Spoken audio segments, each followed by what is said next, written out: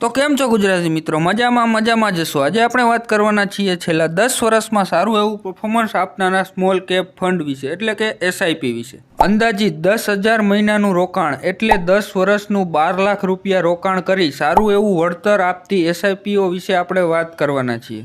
તો મિત્રો, પહેલા નંબરે આવે છે Nippon Indian small cap fund. આમાં વાર્ષિક 24% વળતર મળે છે, એટલે કે તમે રોકેલા દર મહિનાના 10,000 રૂપિયા 10 વર્ષના 12 લાખ રૂપિયા તમારા 10 વર્ષ પછી 42,50,000 રૂપિયા થઈ જશે। તો મિત્રો, બીજા નંબર ઉપર આવે છે એસબીઆઈ સ્મોલ કેપ ફંડ, જેમાં તમને વર્ષનું 22% વળતર મળે છે, એટલે કે તમે રોકેલા મહિનાના 10,000 રૂપિયા 10 વર્ષના 12 લાખ રૂપિયા તમારા 10 વર્ષ પછી 38 લાખ રૂપિયા થઈ જશે। ત્રીજા નંબર આવે છે કોન્ટ સ્મોલ કેપ ફંડ। એમાં વર્ષે મળે છે 21% રિટર્ન, એટલે કે તમારા 12 લાખ રૂપિયા થઈ જશે 36 લાખ રૂપિયા 10 વર્ષ પછી। ચોથા નંબર ઉપર આવે છે કોટક સ્મોલ કેપ ફંડ, જેમાં મળે છે 20% વળતર વર્ષનું, એટલે કે 12 લાખ રૂપિયા 10 વર્ષ પછી થઈ જશે 34 લાખ રૂપિયા।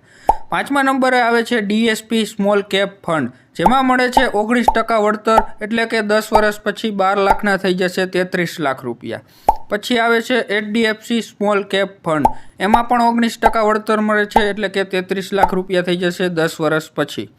પછી આવે છે ICICI Prudential small cap fund, જેમાં મળે છે 18% વળતર, એટલે કે 12 લાખ રૂપિયાના 10 વર્ષ પછી થઈ જશે 30 લાખ રૂપિયા। પછી આવે છે SNP BSE small cap fund, જેમાં મળે છે 17% વળતર, એટલે કે 12 લાખ રૂપિયાના 10 વર્ષ પછી થઈ જશે 29 લાખ રૂપિયા। તો મિત્રો, આ હતી સ્મોલ કેપ ફંડની લિસ્ટ, જે સારું એવું પરફોર્મન્સ આપી રહ્યા છે છેલ્લા 10 વર્ષ થયા। તો તમે પણ તમારું ઇન્વેસ્ટમેન્ટ આજથી જ ચાલુ કરી દો, અને આ વિડીયોમાં આટલું જ। મળીએ નવા વિડીયોમાં। ત્યાં લાઇક, શેર, સબસ્ક્રાઈબ કરવાનું ના ભૂલતા।